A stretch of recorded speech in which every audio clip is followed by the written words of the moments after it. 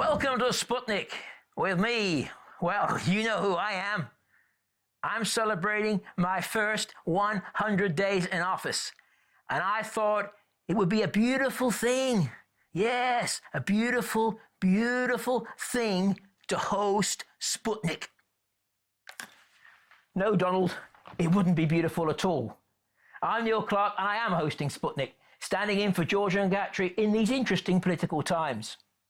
Last June, North Korea's state media hailed Donald Trump, yes, him again, as a far-sighted presidential candidate. It's unlikely they're saying the same thing now. Trump's gunboat diplomacy and the threats of military action against Pyongyang have contributed greatly to increased tensions. The US is demanding that North Korea ends its missile tests, but the leadership of the communist state remains defiant, with a top official warning this week that its nuclear tests would never stop. Could we be heading for a major military confrontation, or even World War III? Or is it all just saber-rattling from a US president keen to gain the approval of foreign policy hawks back home? Joining me now to discuss the latest developments is the leading North Korea and China expert, Keith Bennett. Keith, welcome on board the Sputnik. Good to be back. Well, thanks. Well, let's talk about North Korea now, this developing situation. The headlines today, again, more US threats to Pyongyang. We had the North Korean artillery test yesterday. We hear about the US sending an anti-missile radar system to South Korea, which the Chinese aren't too happy about. Are we heading inevitably towards a war here? Or is it just saber-rattling from a president who just wants to keep the hawks happy back home? I think it's more than saber-rattling. I think it's a very dangerous situation. But I don't think that war is inevitable. I think the first thing one has to bear in mind about this is that in the West, a lot of this is presented as today's crisis, or at most it's presented as a crisis that began when North Korea began its own program of developing nuclear weapons, or when it carried out its first nuclear test in 2006. But the United States, under successive administrations and successive presidents from both parties, have repeatedly threatened North Korea with the use of nuclear weapons, going right back to 1950.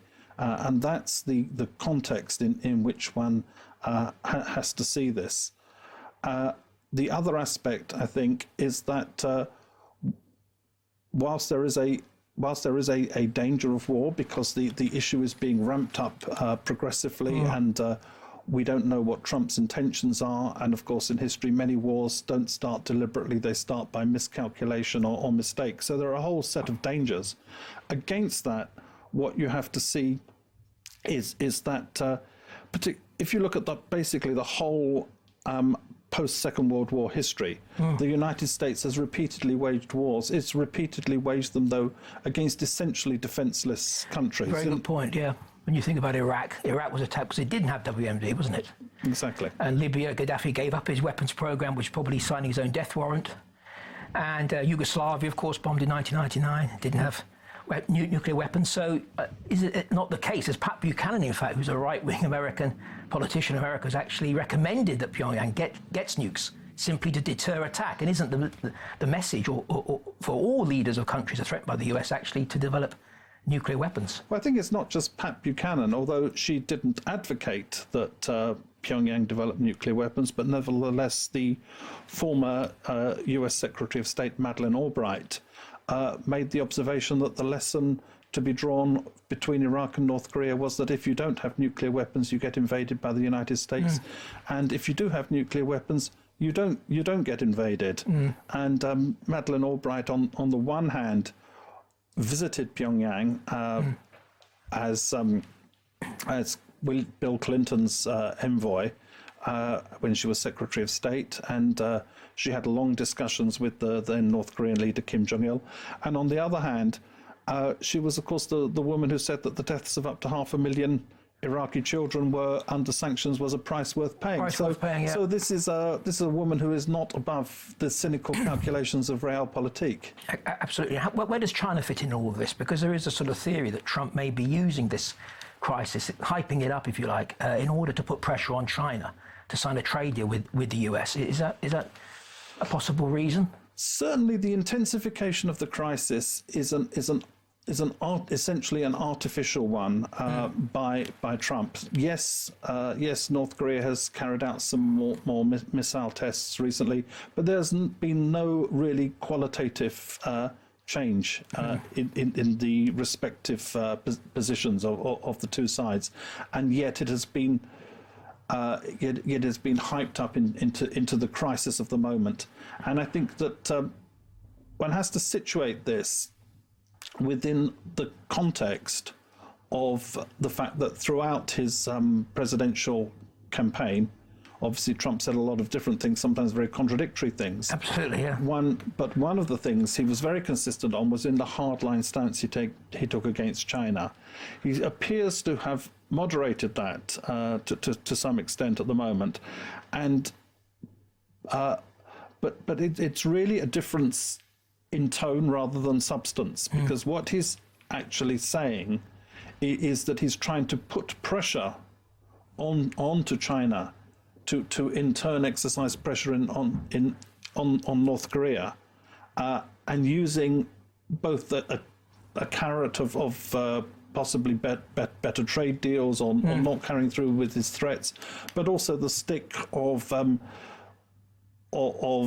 secondary sanctions against Chinese banks or companies who are dealing with North Korea, but also far more seriously the threat of increasing the tension in the region, and even of a military conflict, which, even if China didn't get directly involved, would still have very very serious consequences for China. And of course the deployment of the terminal high altitude air defense, the so-called THAAD in South Korea, which is ongoing at the moment, is essentially aimed at China. Yes. So Trump has, and his various people, Pence, Tillerson, and so on, have all said that the days of strategic patience, which was Obama's policy towards North Korea, are over, and all options are on the table, which of course is a threat of military, is a clear threat of possible military attack.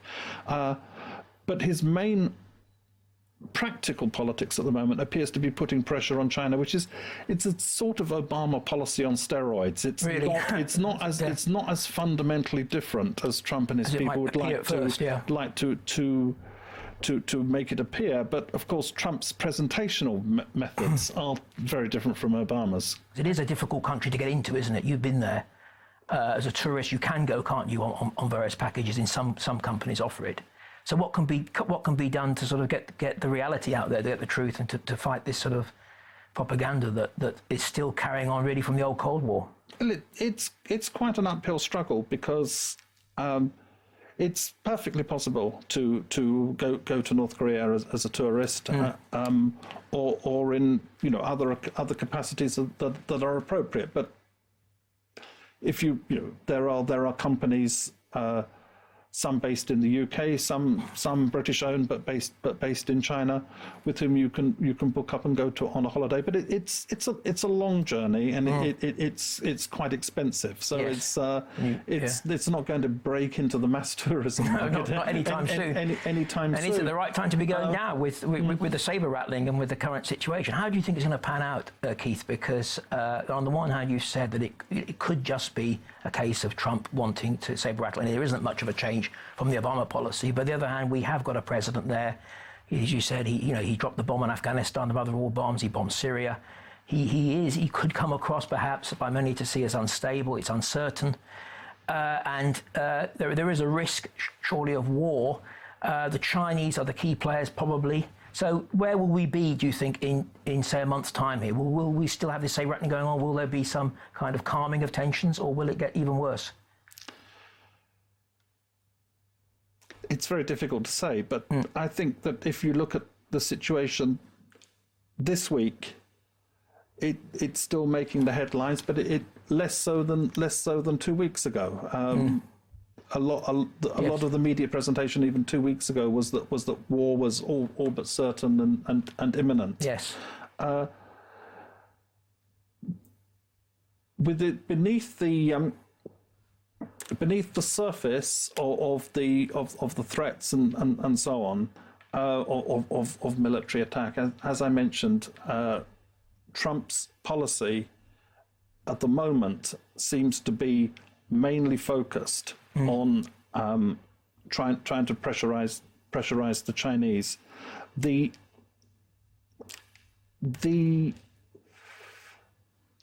possibility clearly exists that Trump would take some kind of rash or adventurous action, but one would think that his advisors would draw attention to the fact that Afghanistan is an utterly defenseless country.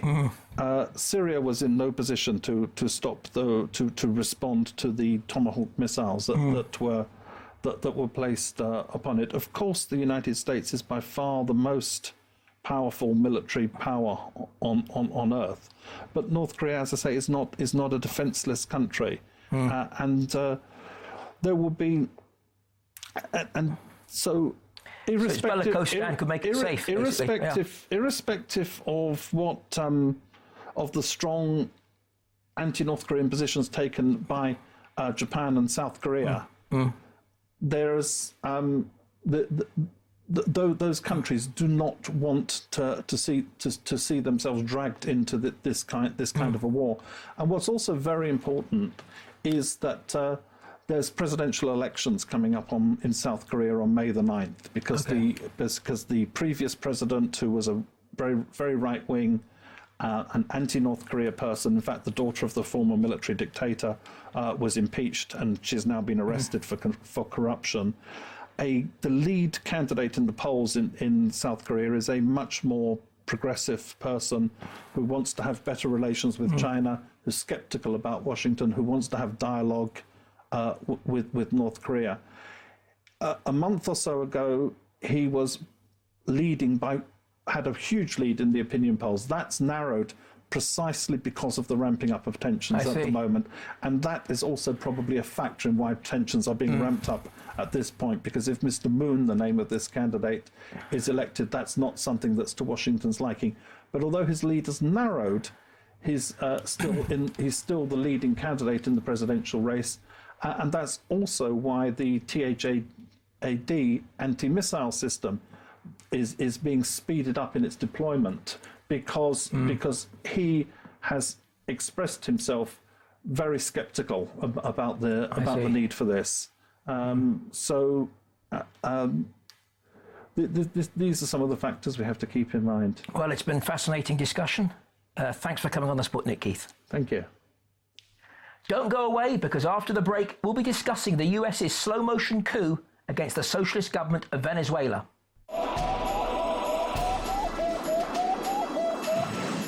Welcome back to Sputnik, with me, Neil Clarke, standing in for Georgian Gatry. Under the leadership of the great Hugo Chavez, Venezuela became a beacon for progressive politics the world over. Poverty levels, illiteracy rates and unemployment all fell, and per capita income doubled. But the US and the Western financial elites weren't too happy about the threat of a good example. The award-winning journalist John Pilger has called the economic warfare waged by the US against Venezuela as a slow-motion coup. With the country reeling from street protests against the government of Chavez's successor, Nicolás Maduro, is that coup now coming to fruition? Or can the Chavista revolution survive against all the odds? Joining me now to discuss the situation is Dr. Francisco Dominguez, a senior lecturer at Middlesex University and the secretary of the Venezuelan Solidarity Campaign.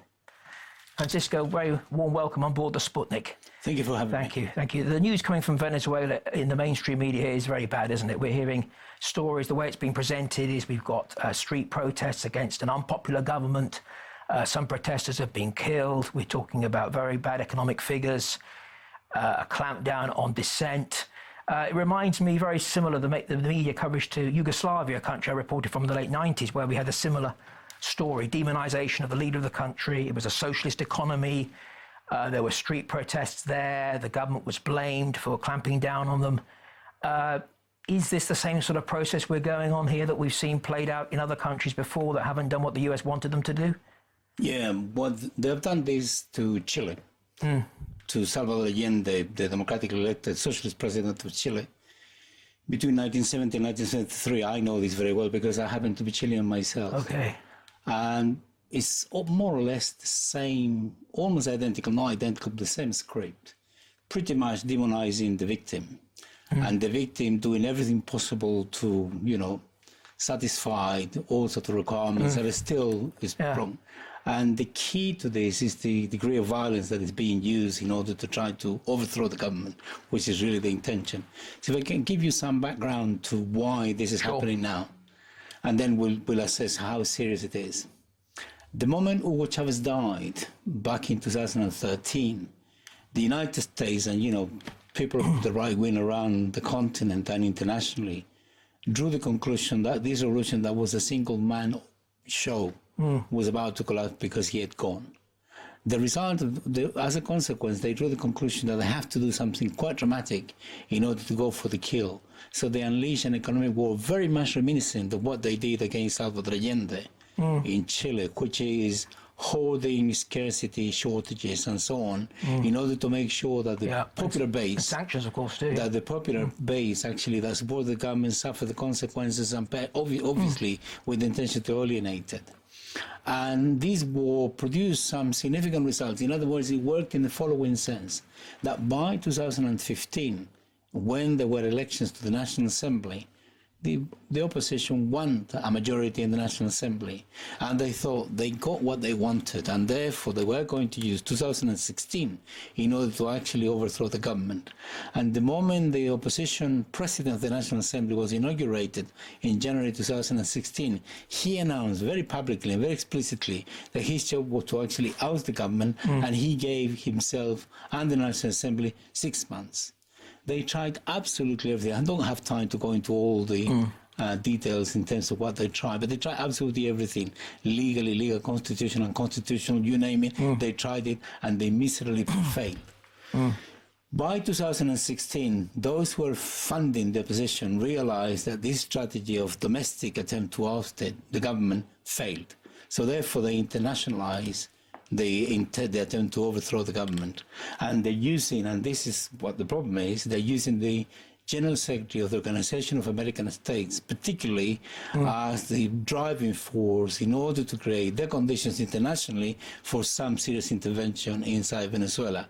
And this has not produced the result because despite the efforts of Luis Almagro, the General Secretary of the Organization of American States, which organized meeting after meeting after meeting after meeting after meeting, literally every 2 days, every 3 days of the Permanent Council of the OAS, he hasn't been able to get enough votes in order to sanction Venezuela. Right. And therefore, they decided, the people who are organizing this decided that there needs something dramatic to take place in the streets of Venezuela. This is what is going on now. This is the latest stage, yeah. This is the stage they're in. And Almagro actually has liaised with very bad people around the world in order to get what he wants, which is the ousting of the Venezuelan government.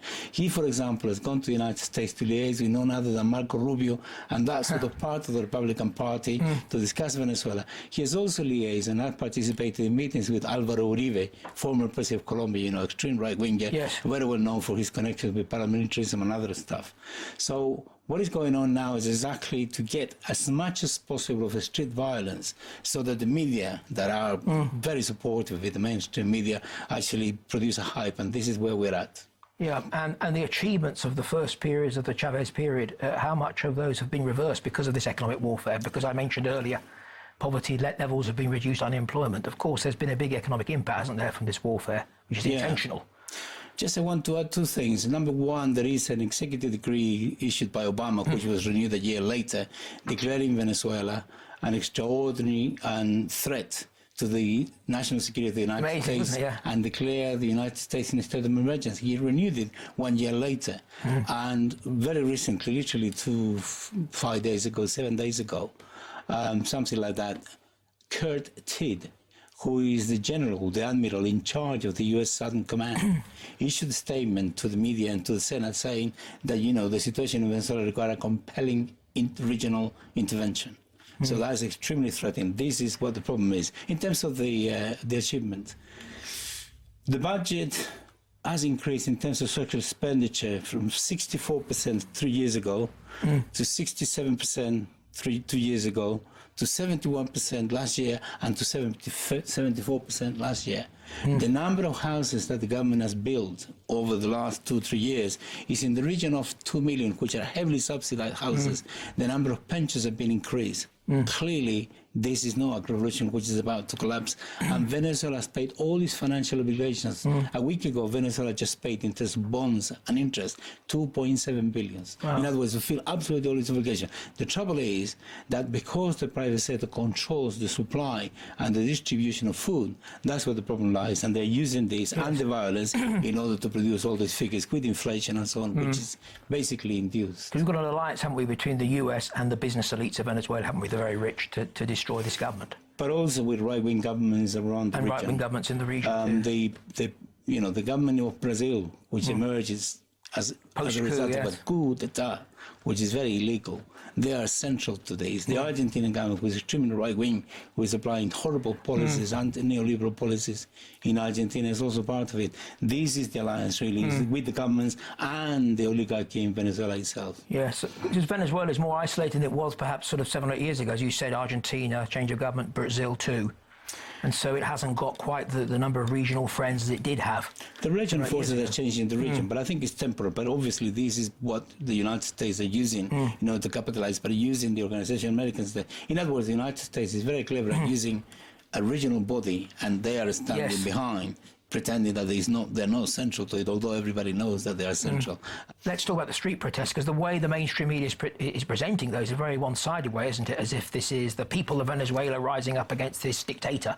It's interesting how this word dictator is used about Maduro, despite his election victories. Of course, Chavez, I think, won 16 elections, yet he was still called a dictator. 20 elections, sorry, and he was still labelled, whenever you see an article about him in the mainstream media, as a dictator. That's the way it's being presented in the mainstream, that it's an uprising. And yet we hear a lot of report on other media, alternative media, about Chavista supporters, Chavistas being murdered and violence being used against supporters of the government. But we don't hear much about that at all in the Western media, do we? What they're trying to do is to isolate the government of Venezuela, particularly in Europe, but also elsewhere in the region, in order to create a context for the United States to intervene in internal affairs in a very massive way. Remember, Donald Trump just launched missiles into Syria without any real justification. Yes. And I think in the context of the U.S. Southern Command making that very threatening statement, and in the Obama decree that Venezuela is a threat to the national security of the U.S., the context might be created, and this is the most dangerous part of it, might be created for the United States to escalate the situation into such an extent that they might just be compelled, as they put it themselves, to intervene militarily in Venezuela. So we could even have a war. Which I hope they don't. Because there would be a time when the US would think, finally, they've got to get rid of this government. Yeah. And if they can't get rid of it through street protests, they can't get rid of it, that they would actually think about military intervention. Which is what they've done before. And interestingly, the government of Venezuela, President Maduro, despite all of this, is still insisting on dialogue, still offering them a table of dialogue, is still using the sponsorship of the Vatican, is still using, Zapatero, the former president of Spain, as part of the team that actually is encouraging dialogue, and the opposition, point blank, refuses to discuss. All they want is to oust the government, which they say explicitly every single day. And what is disgusting is that the media here fails to report, for example, there was an attack on a hospital, a maternity hospital, that lasted 3 hours. They tried to set fire on it. 54 babies were in danger. Yes. Mothers in labor had to stop doing labor because of the attack. Nurses and doctors and patients had to be evacuated.